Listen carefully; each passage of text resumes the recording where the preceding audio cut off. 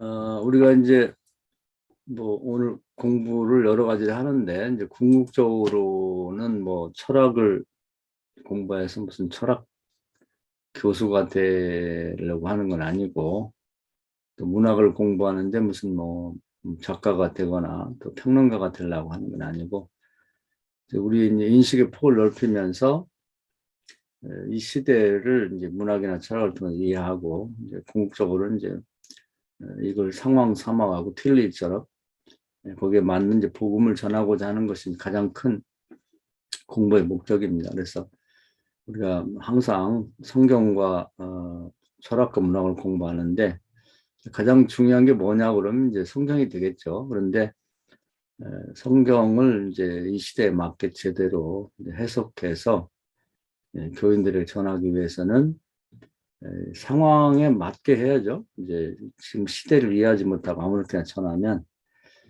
그것은 마치 그 활을 쏘는데 관역을 보지 않고 그냥 하늘에 대고 쏘는 거나 마찬가지인 그런 경우가 되는 겁니다.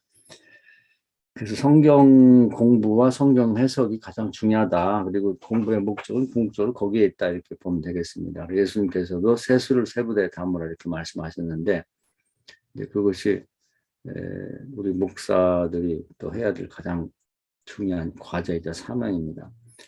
성경을 이제 이해하되 이제 정확하게 이해하고 정확하게 인용하는 게 중요합니다. 그래서 뭐 예를 들어 하나 든다면 요즘에 보면 이제 특히 열병이 많아요. 이제 지금은 조금 덜해졌는데 뭐 집에 아주 그 열 재는 도구도 하나씩 이제 갖다 놔 온도계도 또 교회에 들어갈 때도 체크를 하고 기록하고 또 어디 뭐 사람이 모인 장소면 뭐 카페든지 뭐 어디 서점이든지 가면 항상 열을 체크하고 이제 열에서 문제가 생기면 들어가지 못하고 이제 코로나 검사 받게도 뭐 이렇게 됐습니다. 그래서 열이라는 걸 특히 다른 때보다 이제 중요하게 생각하는 때가 됐는데 그러면 우리 믿는 사람들은 그 코로나 오늘 확진된 분이 많은데 그 열로부터 시작되는 또 그 증상이 이제 열을 통해서 알게 되는 이 코로나 시대에 열병이 걸리면 그럼 어떻게 하는가? 뭐 그것은 뭐 기다리면 되지 뭐 이렇게 하는 게 아니라 이제 성경에 보면 이제 무엇인지 원하는 대로 구하라. 그러면 하나님이 들어주신다. 구하고 찾고 두드려라 이렇게 말씀했으니까 어떤 것도 이 기도의 대상에서 제외될 수가 없는 거죠. 항상 제외가 돼. 그것이 기도의 대상이 돼야 됩니다. 그래서 그런 걸 가르칠 때 우리가 할 수 있는 일은 그 아빠 일어났어? 그 우리 딸이 지금 강의 시작한지 모르고 전화 확인하는 것 같아. 그래서 이제 우리가 이런 경우는 그럼 어떻게 목사님들 자신들 가족이나 또 교인들이 열 때문에 고통당할 때 어떻게 신앙적으로 대처하면 좋겠냐 이제 이 얘기를 드리고 싶어요. 그것은 보면 그냥 우리가 모든 병을 주님이 치료한다고 약속하셨고 예수님이 당신이 이제 사역하는 4대 과제 중에 이제 가난한 자를 부유케 하고 병든 자를 치유하고 억울하게 갇힌 자를 해방시켜주고 눌린 자, 귀신에 눌린 자를 자유케 한다 이런 말씀이 있는데 그 중에 이제 병을 치료한다는 것이 가장 큰 과제고 나는 건강한 자를 위해 온 게 아니고 환자를 위해 치료하러 왔다. 나는 의사 중에 의사다 이렇게 말했기 때문에 이제 이 열병도 굉장히 우리 많은 피해를 주고 또 심지어 죽기까지 하는 병이니까 심각한 병이죠. 이것도 그냥 넘어가서 안 되고 또 요즘에 그 치료제가 없어요. 그러니까 무조건 견디기만 하면 된다 이런 식으로 할 수는 없는 거고 그건 옳지 못하죠. 이것도 이제 성경 안에서 믿음을 붙여서 이제 그 어떤 보다 더 정확한 예수님 의사 되시니까 고쳐주세요 이렇게 하는 것보다 보다 더 정확하게 이제 성경을 찾아서 히브리서 4장 2절에 보면 믿음을 붙이면 유익하다. 그 말씀이 살아 운동력이 있다. 효력을 발산 이렇게 되어 있기 때문에 찾는 노력을 해야 됩니다. 그래서 이제 제가 하고 있는 방법을 소개하는 거예요. 이제 저는 특히 이제 뭐 이런 코로나 오기 전에도 이제 손자들이 있다 보니까 어린 애기들이 제일 위험한 게 이제 그 열병입니다. 그래서 고열이 시달리고 뭐 40도 막 이렇게 올라가게 되면 무섭죠. 왜냐면 애기들의 뇌는 이제 순두부처럼 굉장히 그 아주 약하기 때문에 이제 몸의 열이 위로 되게 올라가는데 그러면 이제 뇌에 손상이 옵니다. 그것이 순두부처럼 익어버리듯이 이렇게 그 열에만 손상이 와서 평생 고생하게 되고 이제 뭐 여러 어디 장애가 올 수 있거든요. 그렇기 때문에 이제 제가 특히 많이 이것 때문에 기도 많이 하는데 그러면 어떻게 하면 좋겠냐면은 시에 관한 얘기가 많은데 이제 그런 얘기들을 일반적으로 이렇게 그 말씀을 그 붙잡고 기도해도 되지만 근거 삼아 기도해도 되지만 가장 좋은 성경 구절은 이제 마태복음 8장에 보면 나와요. 근데 시몬의 장모가 열병에 시달렸습니다. 고열에. 그래서 뭐 백방으로 조금 내 이야기를 보탠다면 노력을 해봤지만 잘 치유가 되지 않았죠. 그런데 이제 아마 그 얘기를 시몬이 얘기를 한 것 같아요. 이제 베드로죠. 이제 베드로가 하기 전에 이제 시몬인데 어부 시몬이 저희 장모님이 너무 열병이 시달려서 고통당하는데 좀 치료해주세요. 그래서 이제 예수님이 그 집에 들어가십니다. 그래갖고 8장 읽어보면은 베드로 장모의 손을 잡아주세요. 그런 다음에 이제 그 치료를 해주셨더니 장모의 열병이 떠나가고 이제 금방 건강해져서 예수님을 이제 수발을 들었다, 수정했다, 이제 대접을 했겠죠. 이제 저 차도 대접하고 과일도 대접하고 식사도 대접하고 근데 그 얘기가 나와요. 그래서 저는 기도할 때 그냥 만병의 의사 되시는 주께서 치료해 주세요. 그런데 일반적이고 굉장히 포괄적으로 기도하는데 그거보다 조금 더 깊게 기도한다면 사도행 마태복음 8장의 얘기로 돌아가서 한번 제가 소개를 해볼게요. 14절에 이렇게 되어 있습니다. 예수께서 8장 14절 베드로의 집에 들어가서 그의 장모가 열병으로 앓아 누운 것을 보시고 그의 손을 만지신 열병이 떠나가고 여인이 일어나 예수께 수종 들었더라. 아멘. 이렇게 되어 있죠. 그래서 제가 기도할 때는 베드로의 장모의 열병을 치유하신 주님, 이 시간에는 뭐 우리 이제 뭐 손자라든지 또는 뭐 누가 할까요? 조수성 목사님이 이제 열병이 있어 머리가 아프면 우리 이 시간에 조수성 목사님을 방문하셔서 그 손을 잡아주시고 베드로 장모의 열병을 치유한 것처럼 우리 조 목사님의 열병을 치유해 주세요. 아멘. 이렇게 기도한다는 얘기입니다. 아마 조 목사님이 지금 강의를 들으신지 모르는데 이제 이걸 믿음으로 받아들이시면 아마 열병이 떠나갈 거예요. 그래서 보다 포괄적이고 일반적인 내용보다는 우리가 노력을 더 기울여서 열병과 관련된 치유된 어떤 약속이나 전례가 있는지를 찾아가지고 기왕이면 그걸 그대로 가져다가 거기다가 마치 공식에 대입하듯이 이름만 바꿔서 하면 되는 거예요. 그러니까 예를 들어서 머리에 손을 얹어가지고 치유하셨다 그러면 이제 그걸 그대로 인용해도 되고 근데 여기 보면 특이하게 손을 잡아서서 손을 잡고 만져주심으로써 열병이 떠나게 했으니까 이걸 공식 삼아서 아픈 사람이 있으면 가서 기도할 때도 손을 잡고 주여 제가 주님 대신 이분의 뭐 예를 들어서 조 목사님을 만난다 그러면 조 목사님 손을 잡고 주님 대신 주님이 베드로의 장모의 손을 잡고 치료하신 것처럼 제가 주님 대신 조 목사님의 손을 잡았으니 이 열병을 떠나게 하신 것처럼 조 목사님에게서 열병이 떠나게 해주세요. 예수님의 이름으로 기도합니다. 아멘. 이렇게 기도한다는 얘기예요. 이해가 되셨죠? 그래서 우리가 성경을 많이 읽고 뭐 하루에 10장 읽고 뭐 20장, 100장씩 읽는 사람도 있는데 이제 성경을 전혀 읽지 않았을 때는 이제 그것도 필요하겠지만 이제 목회자들은 대부분의 성경을 쭉 알고 있으니 기왕에 이 성경을 근거 삼아 기도할 때 우리가 뭐 이사야 43장 보면 나로 하여금 기억나게 하라고 했잖아요. 성경이 내가 언제 어디에 약속을 했고 또 내가 치료를 했는지 근거가 있으면 전례를 근거 삼으라, 그런 얘기거든요. 기억나게 하라는 거, 그런 뜻이거든요. 그러니까 그렇게 열병이 걸린 사람이 있으면 그렇게 가르쳐 주라는 거예요. 그렇게 기도도 하고.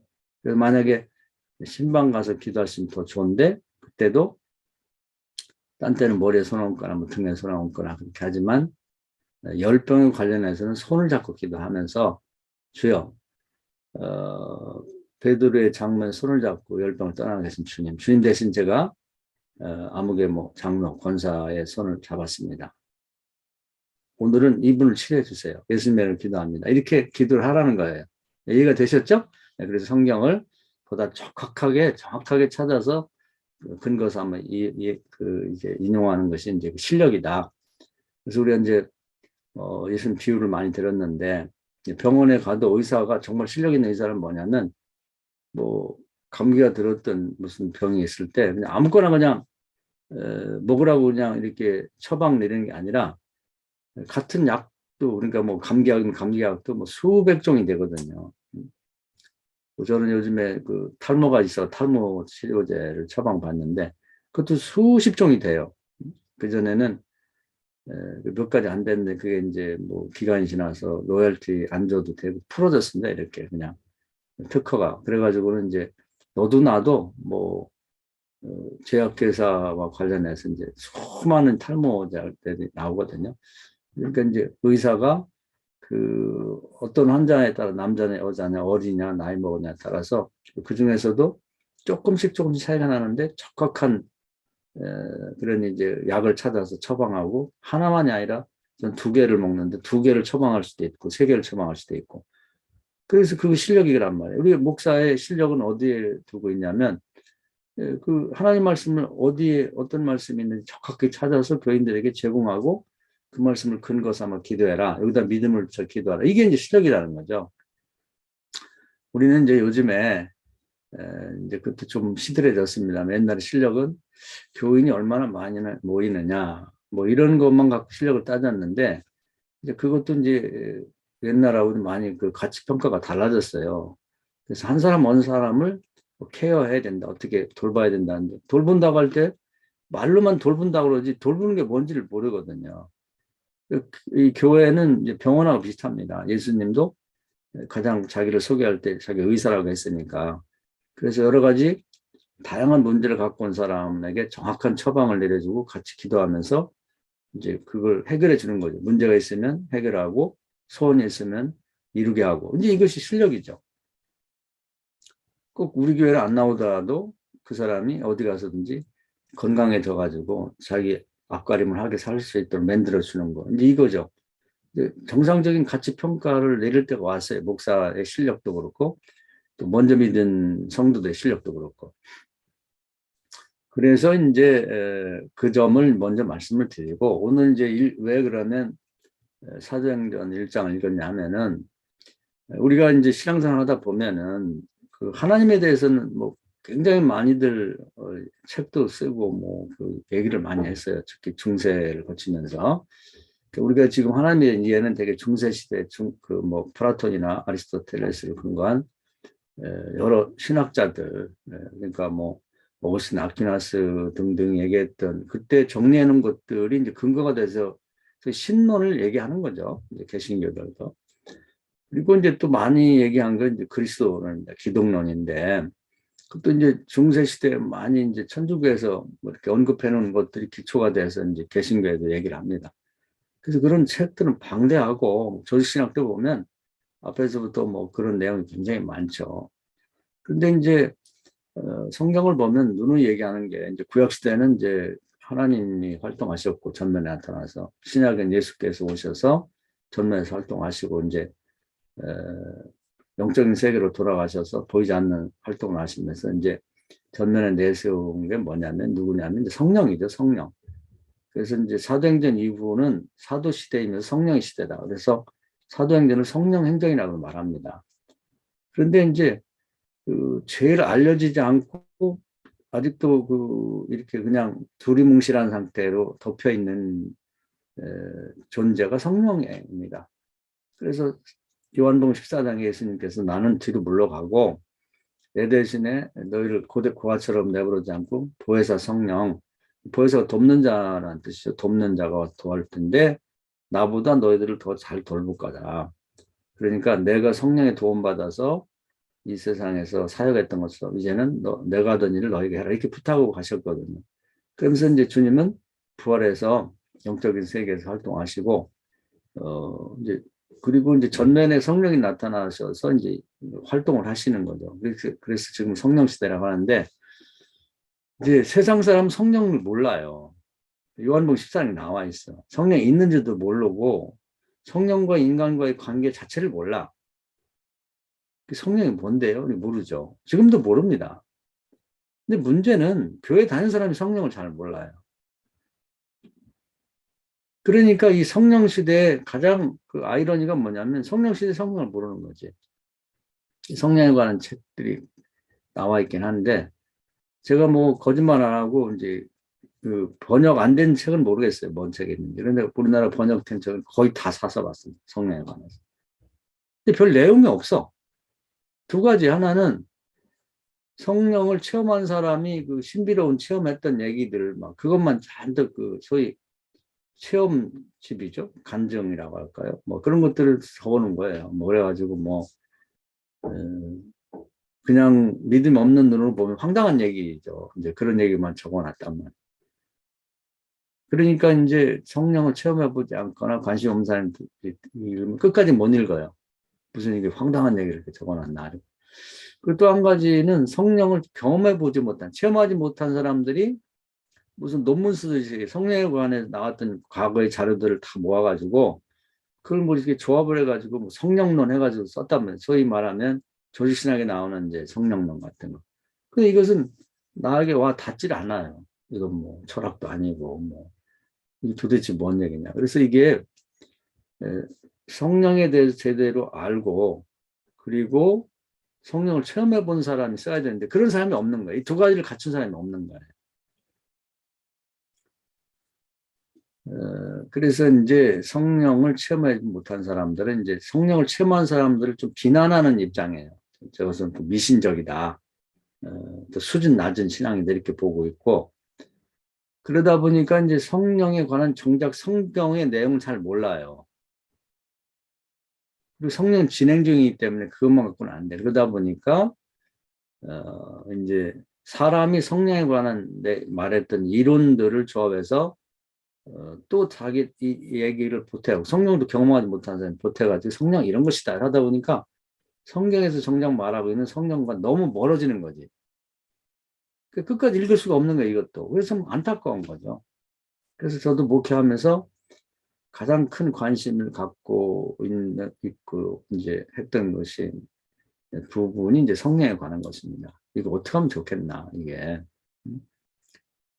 그러면서 이제 최근에 끊임없이 이제 뭐 생각하고 이제 기도하고 사유하면서 크게 발견했다고 그럴까요? 깨달은 것, 그리고 이제 지금부터 여러분하고 저하고 이제 이렇게 추구해보고 싶은 내용을 오늘 얘기하려고 하는 거예요. 그건 뭐냐면,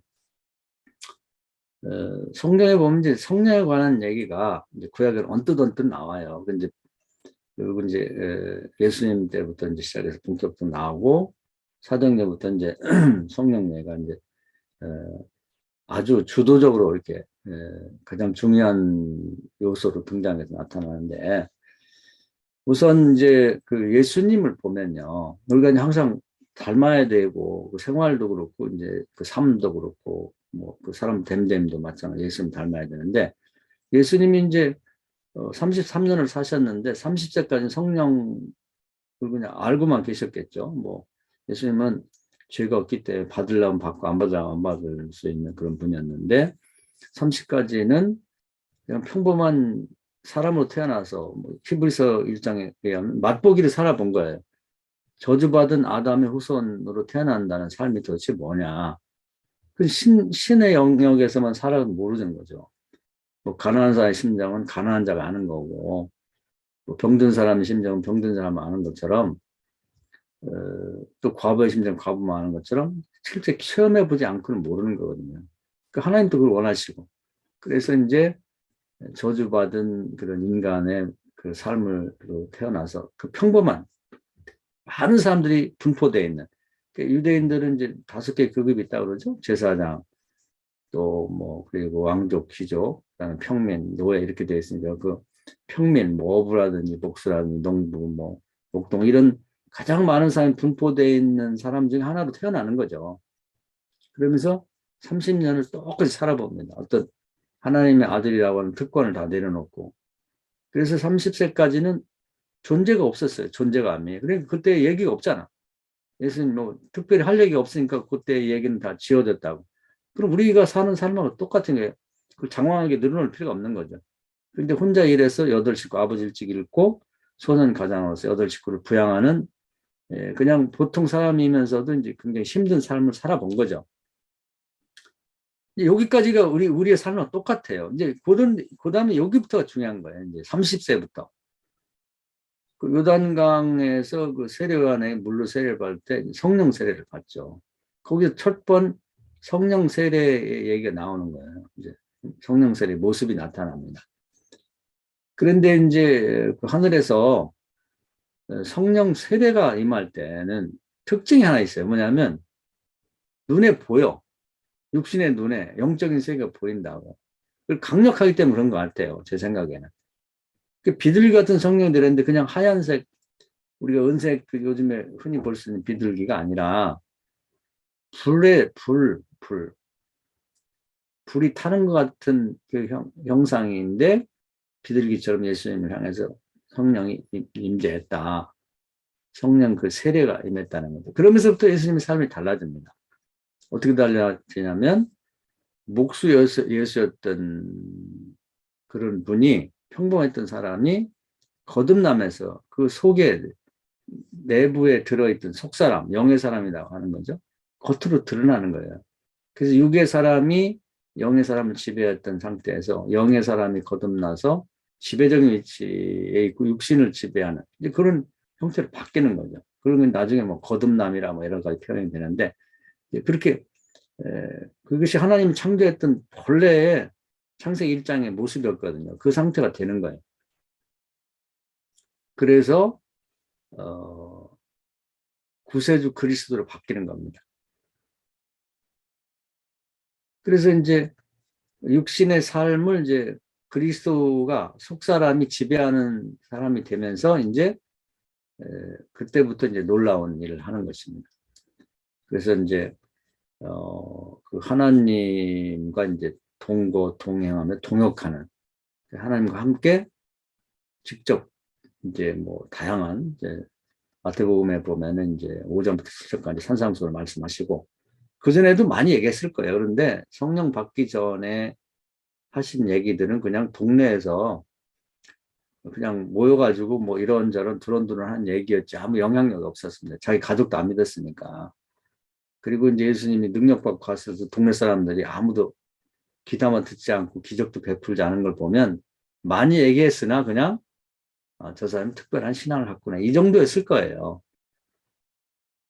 근데 이제 그 산상수를 성령 받고 성령 안에서 전했을 때 놀라운 그런 이제 그 어떤 뭐 요즘 말로 센세이션이 일어나가지고 그 지역과 그 얘기를 들은 것이 막 발음는 말 천리 퍼져가듯이 막 퍼지면서 이제 많은 사람들이 예수님 주변에 몰려들게 됐고 8장부터 이제 아까 베드로 장모 취한 것도 얘기 드렸습니다만 수많은 그런 기적과 표적들이 나타나죠. 소위 가난한 자가 부유하게 되고 뭐 병든 자가 치유가 되고 갇힌 자가 해방되고 뭐 귀신 들린 자가 이제 자유함을 얻고 뭐 이런 일들이 막 일어나게 되는 거예요. 거듭남, 성령 세례를 받고 거듭나지 않으면 이걸 못하는 거지. 근데 오늘 이제 성령에 관한 얘기를 하려고 하는 거니까요.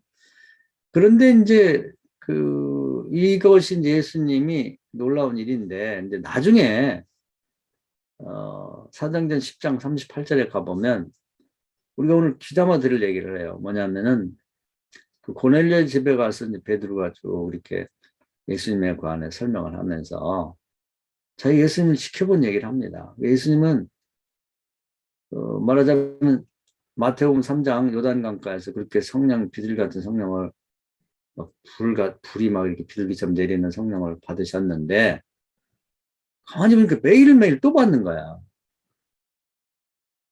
그래가지고 성령과 능력을 하늘부터 이렇게 기름 붓듯 물 붓듯 부여받더라.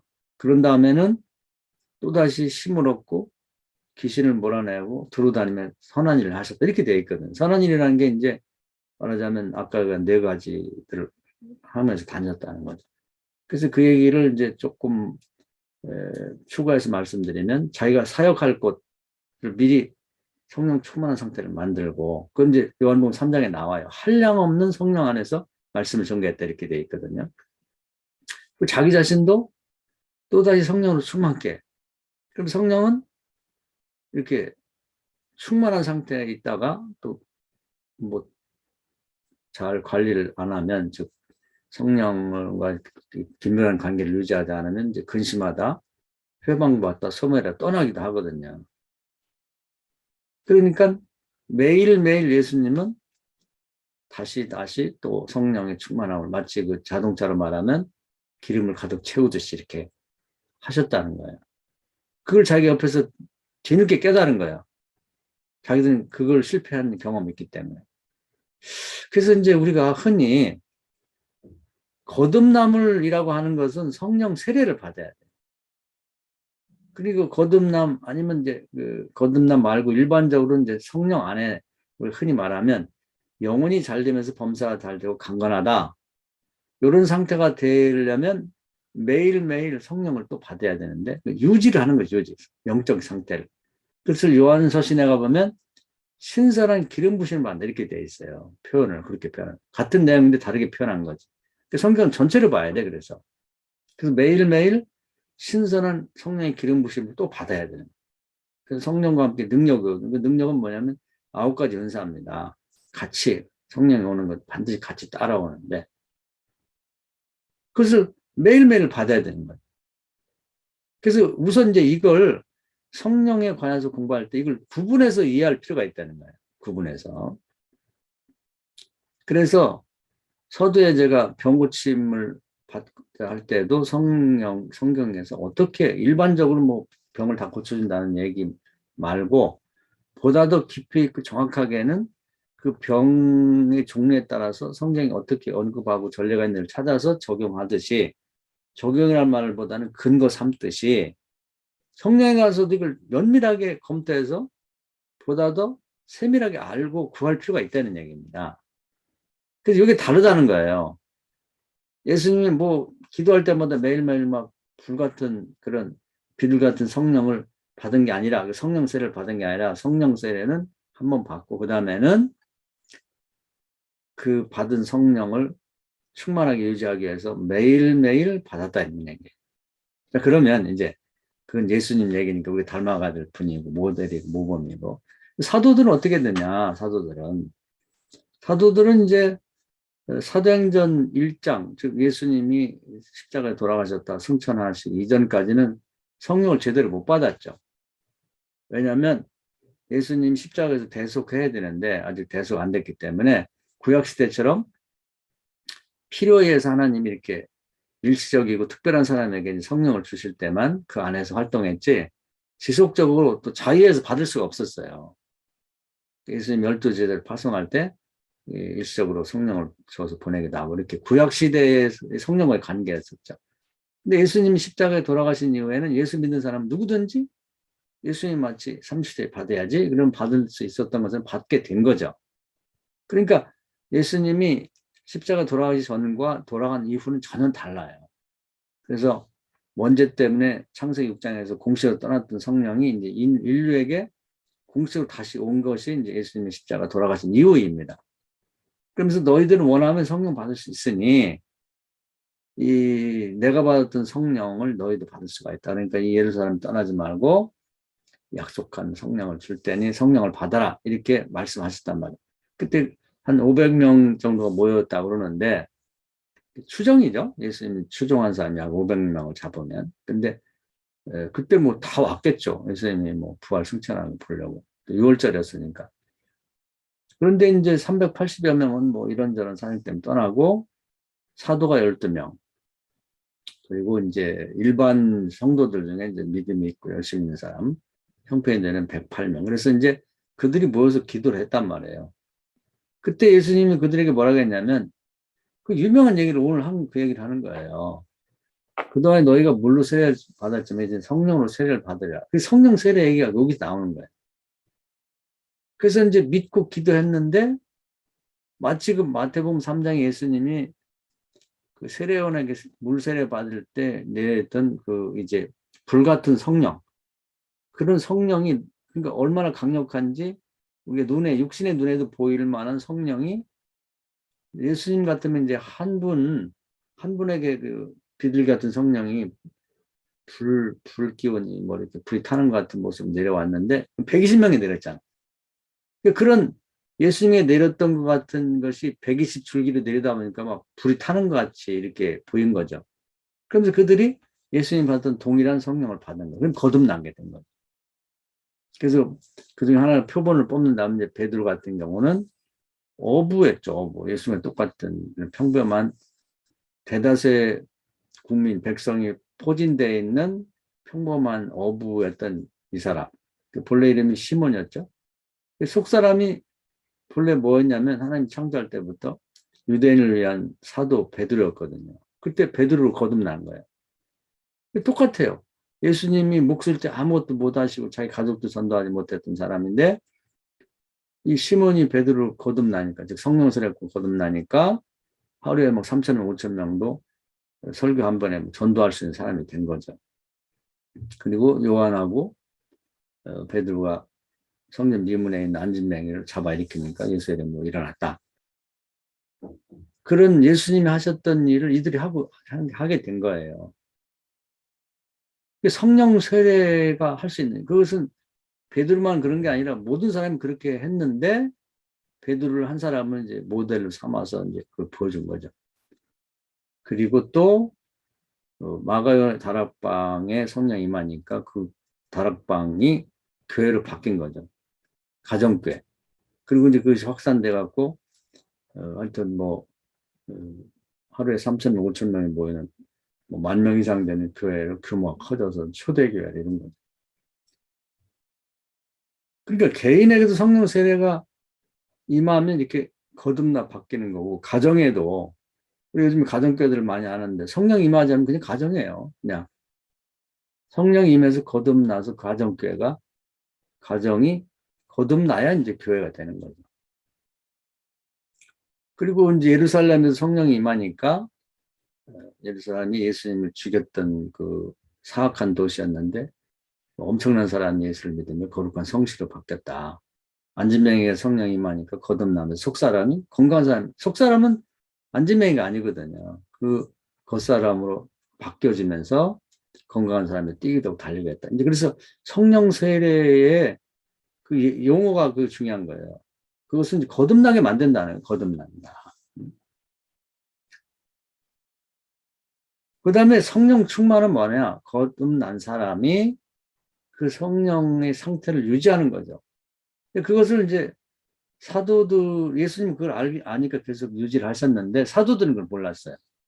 그래가지고 뭐 교인도 많고 이제 뭐 어떤 헌금도 많이 모이다 보니까 그 관리하느라고 정신이 없는 거예요. 큰 교회를 하게 되면 그것이 단점일 수가 있어요. 뭐냐면 과거에는 뭐 시간이 많다 보니까 뭐 꼭 시간 많다고 기도하는 거 아니지만 기도를 많이 하고 성경을 많이 그랬는데 그냥 뭐 바쁘니까 그냥 뭐 여기 신방하고 저기 신방하고 뭐 구제한다고 만나고 뭐 하다 보니까 성령이 떠난 거죠. 소멸된 거야. 근심하다가 회방받고 소멸된 상태인데 몰랐어요. 그러다 보니까 이제 그 사단이 이제 개입해 들어와 역사를 하는데 그 특징은 뭐냐면 내분이 일어납니다. 교인이 갈라지는 거야, 이렇게. 뭐 구제가 좋은 일인데도 불구하고 아니 뭐 구제 받으면 고마운 건데 뭐 너를 많이 주니 적게 주니 뭐 히브리 사람이라고 더 주냐 헬라 사람이라고 무시하냐 뭐 이러면서 갈라지고 싸우는 거죠. 그러니까 어떤 기가 막히죠. 아니 돈 받는 주제에 이게 뭔 짓이냐 이렇게 된 거예요. 그러니까 헌금한 사람도 아니 내가 헌금해서 도와주는데 왜 저럴까. 바쁜데 이렇게 막 구제원이라고 뭐 사도들이 뭐 쌀도 사가지고 하고 뭐 그렇게 하는데도 그 고마운 줄로 뭐 지네끼리 싸우니까 그래서 이제 사도들도 화가 나죠. 그렇게 됐죠. 그리고 이제 또 외부에서 핍박이 막 들어옵니다. 그래서 뭐 예수를 죽였던 세력들이 공격을 해서 뭐 베드로 잡아다 가두고 사도 야고보도 갖다 죽이고 막 이런 일이 막 공격이 들어오는 거죠. 그래서 이제 이게 왜 그런가 하고 이제 그 베드로가 그때 깨달은 거예요. 주님의 그 삶을 이렇게 되짚어 본 거죠. 복기를 해보니까 예수님은 성령 세례받고 거듭나셨는데도 불구하고 항상 기도하시는 거예요.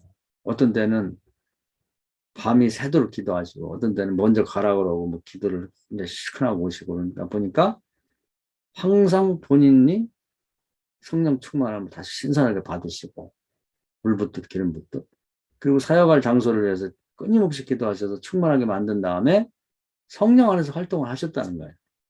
아, 우리가 이걸 몰랐구나. 그때 깨달은 거죠. 그때 깨달은 걸 고넬료 집에 가서 고백한 거예요. 뭐 다른 데서 많이 했겠지만 기록을 거기 남겼지. 정확하게 말했기 때문에. 그래서 사도들끼리 모여가지고 우리가 사소한 일에 이렇게 막 열심을 내지 말고 그건 누구든지 할 수 있지 않냐. 그래서 7집사를 뽑아서 다 그 달란트에 따라서 맡기고 우리는 성경을 읽는 것과 연구하는 것, 묵상하는 것. 이게 영의 양식이니까 영도 먹어야 되거든요. 그래서 그것과 그리고 또 한 가지는 기도하는 걸 전념하자. 그래서 예수님보다 우리가 부족한데 예수님 하루에 한 번 성령을 충만히 받았다면 체험받았다면 우리는 하루에 3번은 받아야 된다. 그래서 아침, 점심, 저녁으로 받자. 이렇게 돼서 그들이 받은 건 역시 예수님이 받았던 것처럼 어, 그 합력해 선을 이루게 만드는 성령, 영혼이 잘 되면서 범사가 잘 되고 강건하게 만드는 성령을 매일매일 받는데 하루에 3번씩 받았다. 이것이라는 거예요. 그래서 성령 세례와 성령 충만을 다르게 봐야 된다. 제가 하고 싶은 얘기 그거예요. 성령에 관해서 너무 그 요즘엔 말도 잘 안 하고 성령에 관한 얘기도 안 하고 소개도 안 하고 받으라기도 안 하고 또 성령에 관해서 말을 하더라도 자기가 체험이 없거나 뭐 또 이론적인 얘기만 하고 또 시험이 있으면은 이게 도대체가 어떻게 설명할지를 모르는 거죠. 그래서 가장 안타깝게 생각하는 게 저 자신도 그동안에 뭐 많은 책을 보고 성경을 읽었지만 명확하지가 않아요. 지금 진행 중에 있기 때문에. 그래서 이 문제를 어떻게 이해를 할 것인가. 그냥 두리뭉실하게 이해해서는 안 되고 성경은 정말 실력이 있다 그러면 또 주님이 원하신다 그러면 제대로 알고 제대로 실천해야 된다는 거죠. 이제 저도 경험을 생각해 보면 제가 이제 19살 고등학교 3학년 때 그 부흥회 가서 이제 성령 받았거든요. 그때 불같은 성령. 아마 그게 성령 세했던 것 같아요. 그때 거듭남을 경험하고 회개하고 거듭남을 경험하고 이제 뭐 신학교 가기로 결심하고 뭐 그렇게 해서 이렇게 지금까지 목사가 되기도 하고 그랬는데 그때의 경험이 저에게 가장 생생하죠. 아마 그때의 그 성령 세례의 경험이 바탕이 돼 지금까지 제가 신앙을 유지하며 여기까지 오는 것 같아요. 근데 이제 그 후에 그 성령 충만함 계속 받아는 걸 제가 몰랐어요, 사실은. 근데 그 한 3년 가니까 소멸됐는데 그 소멸이라는 것도 몰랐고 이게 뭔지를 모르는 거지. 그러면서 이제 뭐 신학대학 가서 이제 신앙이 더 떨어지고 뭐 계속 이렇게 된 거죠. 더 계속 해가지고. 그러다가 이제 철학 공부하면서 이제 도움도 됐지만 또 신앙이 더 이성적으로 이제 떨어지고 그러면서 이걸 이해를 잘 못한 거지. 그런데 최근에 와서야 이걸 이렇게 해서는 안 되겠구나. 그러면서 이제 제가 이제 그 하루에 적어도 이제 뭐 3번은 못하고 시간이 되면 하지만 이제 새벽에 일어나서 또 자기 전에 반드시 성령 충만을 구하는 기도를 하면서 이제 사실 많은 도움을 받고 있어요. 많은 도움을 성령의 도움을 받고 있는데 그게 이제 그 충만함 성령 세례와 충만함이라고 하는 것에 대한 명확한 구분과 이해를 못하고 지냈어요.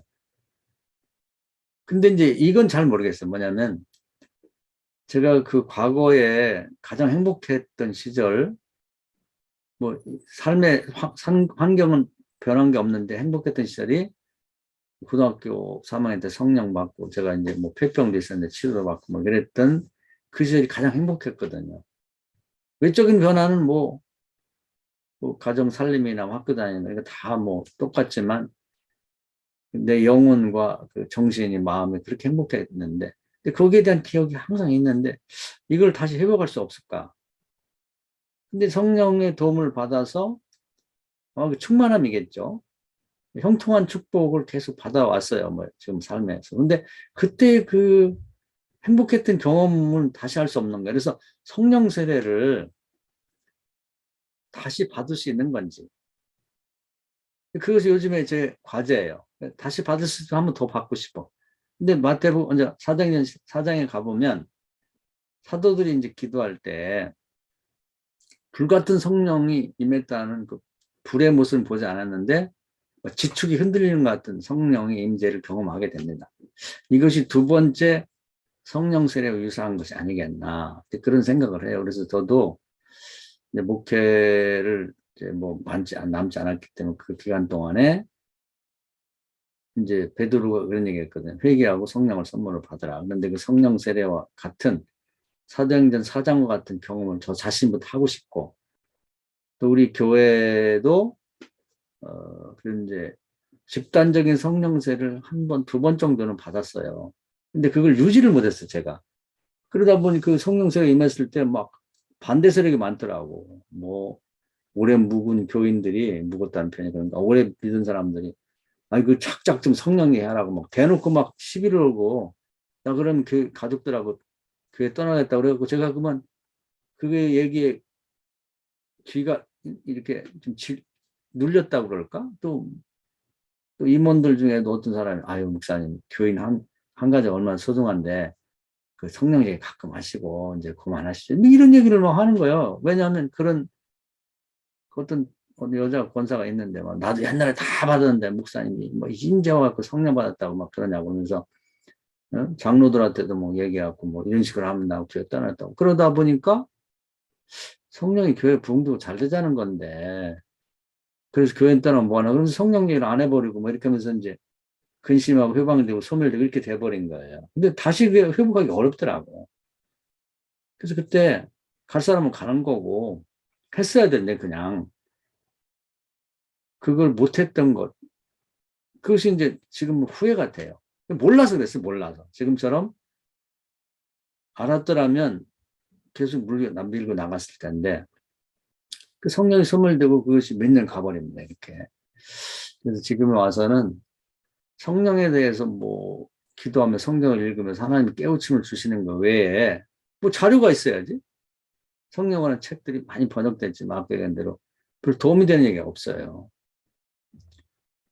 그래서 이제 지금 성령의 시대임에도 불구하고 성령과 관계를 맺고 있음에도 불구하고 그런 어떤 제대로 정확하게 알고 구하고 그런 다음에 이제 그 혜택과 은혜를 입고 살지 못하겠는 안타깝다.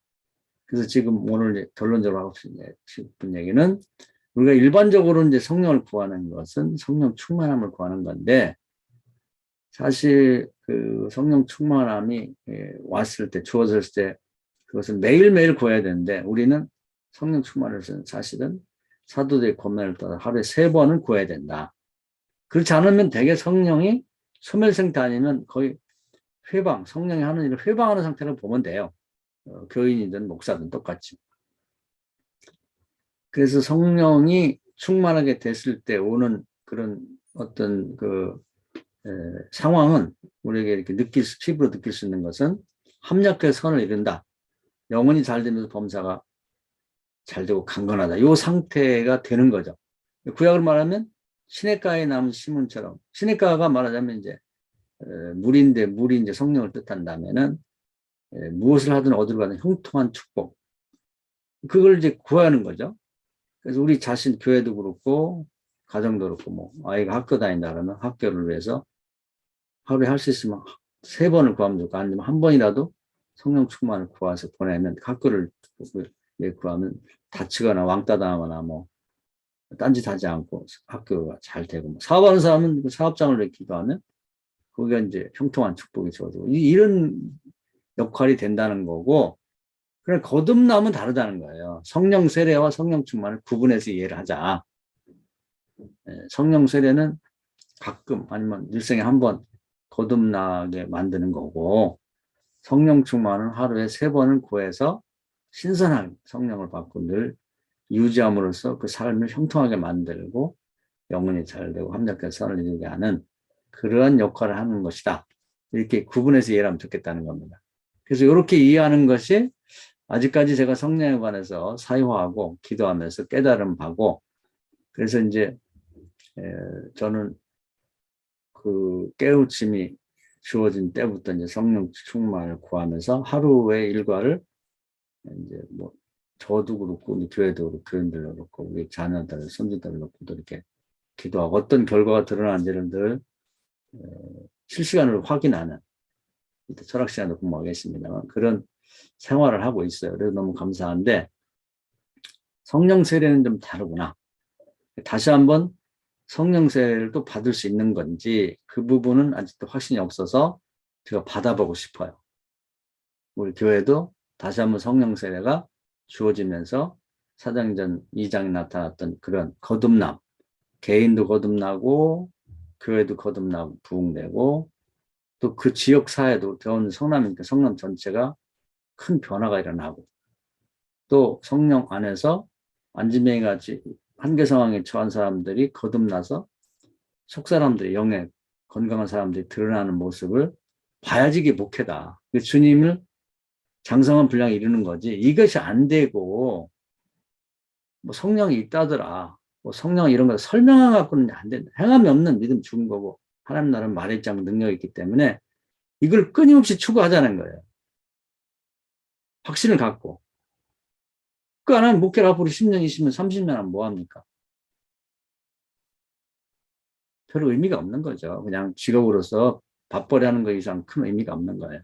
오늘 말씀 은혜가 되셔서 성경을 알되 그냥 그냥 뭔가 보편적으로 일반적인 것만 알지 말고 병환을 치료하는 걸 위해서도 실력 있는 의사처럼 정확한 진단과 정확한 말씀의 처방과 그걸 근거 삼은 기도를 함으로써 성경에 일어났던 기적들이 이 시간과 장소를 초월해서 지금도 효력이 발생하도록 만드는 그런 이 성경 인용하고 설교하고 활용하시는 우리 목사님 되시기 바라고 특히 이제 이 성령 시대에 성령을 가장 모르는데 이 사람 힘과 능으로 안 되는 것은 하나님 신으로 된다고 하는데 하나님의 신의 도움을 어떻게 적극적으로 받아서 활용해서 이 세상을 바꿀 수 있겠는가? 우리 자신을 바뀌겠는가? 거듭나게 하겠는가? 이게 이제 과제 같아요.